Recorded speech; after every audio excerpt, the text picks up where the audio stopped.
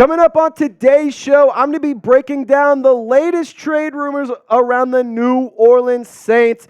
Welcome into Saints Now. My name is Trace Girouard. Thank you so much for watching, no matter where you are or how you're tuned in. We greatly appreciate you. If you're on the TV, if you're on your laptop, if you're sitting on the toilet watching on your phone, I always appreciate you for making time for us. Now, really quick, I got to ask you this question because we're going to discuss Marshon Lattimore and some trade rumors there. If you're tired of talking about trade number 23, I want you to type me in the comment section. I'm tired of talking about it. I'm tired of hearing about it. But at the end of the day, this is my job.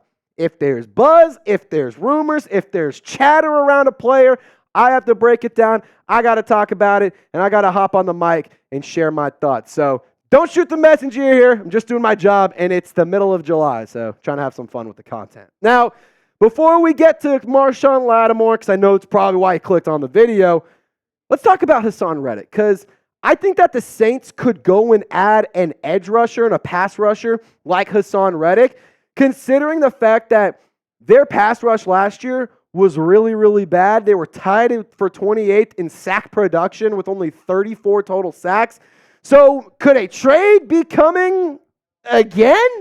I mean, if you remember, Haason Reddick was traded not too long ago from Philadelphia up to the Jets, and he's currently seeking to make anywhere from $25 to $30 million per season. And, you know, this is a guy who turns 30 in September at the very, very beginning of the year. So it's kind of tough to justify that much money to a player that's on the wrong side of 30 at this point, and he only has 1 year left on his contract. And in the reports around how much he's seeking to make, sure, those are reports. You can ask for that. That doesn't mean you're going to receive it, but it is also worth noting he did not participate for the New York Jets at OTAs or at mandatory minicamp because he wanted a new contract. Apparently, that wasn't known. Apparently, the Jets didn't realize that he wanted extra money and extra years on his contract. I think that's kind of silly if you ask me, because he's a good player, and of course he's going to want more money when you only have 1 year left on the contract. So,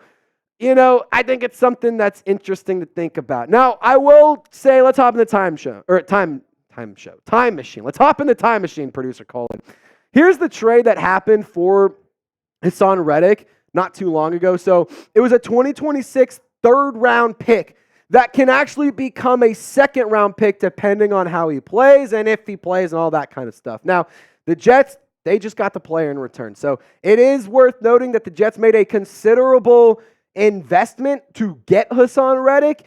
So, like, it's going to be tough, in my opinion, for them to want to move on from him. Now, again, he turns 30 in September, and that's not too long from now. And I will say this, Haason Reddick's still a productive player, and he's still a good athlete, and he's, you know, really good at getting the quarterback, but is it worth it? Is it worth bringing in another aging player that is expensive, that was productive? You don't know if he's still going to be productive, but, I mean, in the last few seasons, things actually were pretty impressive for Haason Reddick, and we'll show you the stats here in a second, but my big question is it worth it? Short answer, maybe. 11 sacks in 2023. The New Orleans Saints, the highest the highest producing sack artist last year was Carl Granderson with 8.5. So he's already better than that. In 2022, 16 sacks. 2021, 11 sacks. In 2020, he had 12.5 sacks. I mean, this is a player who, over the last handful of years, has been extremely productive, whether that was with the Cardinals, whether it was with the Panthers, whether it was with the Eagles. And on top of that, in the last few seasons, I mean, we haven't seen him get less than 10 sacks since 2020 when he had 12.5. Now, the few years leading up to that, it was his first 3 seasons, 2.5 sacks, 4 sacks, and 1. But this is a player who's lethal at getting to the quarterback, and that's exactly what the Saints need. They need to be better at attacking the passer. Whether it's getting pressures, whether it's getting sacks, you need to turn the pressures into production, and you need to continue bringing the heat. The New Orleans Saints defense, if your pass rush can get there, you have a great defensive back group that will lock down any opposing wide receiver unit, any pass catcher unit. And I truly do believe if your pass rush can get there quick, you have the beautiful combination of a lethal DB group and an exceptional pass rushing group, and that right there makes a baby that is impossible to stop as a defense. Now, I want to ask you this question really fast. Would you trade for Haason Reddick? I know that there is some high risk, high reward. Maybe it's worth it. I'm personally going to lean on the pass side of things. I'm excited for Carl Granderson this year. I wouldn't hate in just drafting another guy next year or bringing another player in free agency, or hell, even if it's trading for somebody at the deadline, I don't really care. But I'm going to go ahead and type my passes on Haason Reddick, but this is your chance to share your thoughts. Now we're going to discuss Bleacher Report in an article that I found. They predicted that Marshon Lattimore will be traded during minicamp. Now, we are just a few days away from minicamp getting underway, and as of right now, on Wednesday, July 17th, at the time of filming this video, we are currently live on the channel. Subscribe if you want to join us for a live show. At this time right now, the trade update and the rumors update, there's not much of an update. And I'm sorry to ruffle some feathers about this, but this is a conversation that we need to continue to have, considering the fact that the Saints do have some good players that are young in the defensive back group. Marshon Lattimore is an expensive player. He's only played in 17 games the last 2 seasons, and I do really like number 23, but I mean, if you can get some money off, if you can get some draft capital, and if you can get an offer that's really hard to refuse, this is a conversation I think we all need to be honest with ourselves. Now, Bleacher Report, here's what they had to say. When the Saints see what the secondary would look like with Paulson, Adebo, and Kool-Aid McKinstry as their starting outside corners, they might be willing to see what they can get for Marshon Lattimore. Now, I do think that Paulson Adebo is a phenomenal cornerback, for the record. Dare I say I would rather have Paulson Adebo long-term over Marshon Lattimore for the next few years. And my argument is because Paulson Adebo is so good, but if he plays super, super well this year, he might outplay the New Orleans Saints and what they're willing to pay him or what they can afford to pay him. He could be on his way out. So there is risk in trading Marshon Lattimore. And here's a few destinations and a few teams I could see making some calls, knocking on the door. The 49ers, they could use some cornerback help. The Vikings definitely could use some help with the defensive backs. The Packers, maybe they want to just shore up their defensive back group alongside Jair and Alexander. The Cowboys, they're always looking to add to their team. Doesn't mean that they do, but they're always a team that's looking to improve, and they're always discussed in these trade rumors. And I could also see a team maybe like the Lions being interested as well. Like, I think that there is no shortage of teams that should be and will be interested in Marshon Lattimore, especially as we get closer to the trade deadline. But for right now, I do believe he's going to be a New Orleans Saint. Now, going back to what Bleacher Report said, the Saints' choice to restructure Lattimore's contract in January might have provided a sneak peek into their plan for him. We've talked about that before. There is no mystery.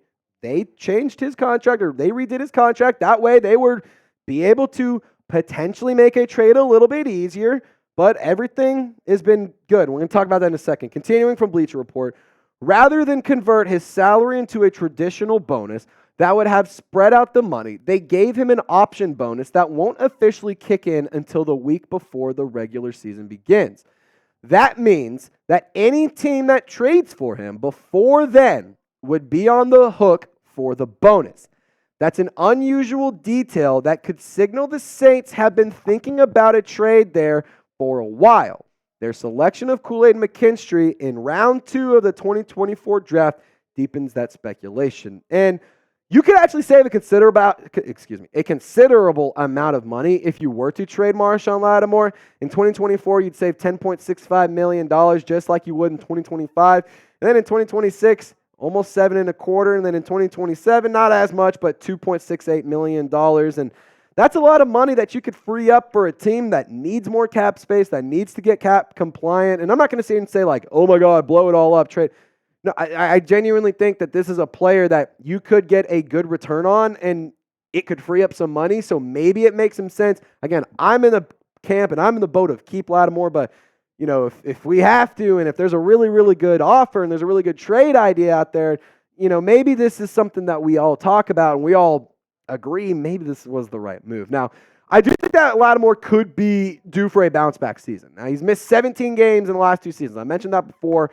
That's not anything good. But there's no question about it. When Marshon Lattimore is on the field, he is one of the best players, one of the best cornerbacks in the league. There's no arguing with me on that. There is no guaranteed money after this season, by the way. So that means the Saints could move on, and they could make it pretty cheap to move on as well. No guaranteed money makes a trade not likely, but or a lot easier, I would say. And there's tough decisions to make in that cornerback room. You got Kool-Aid McKinstry.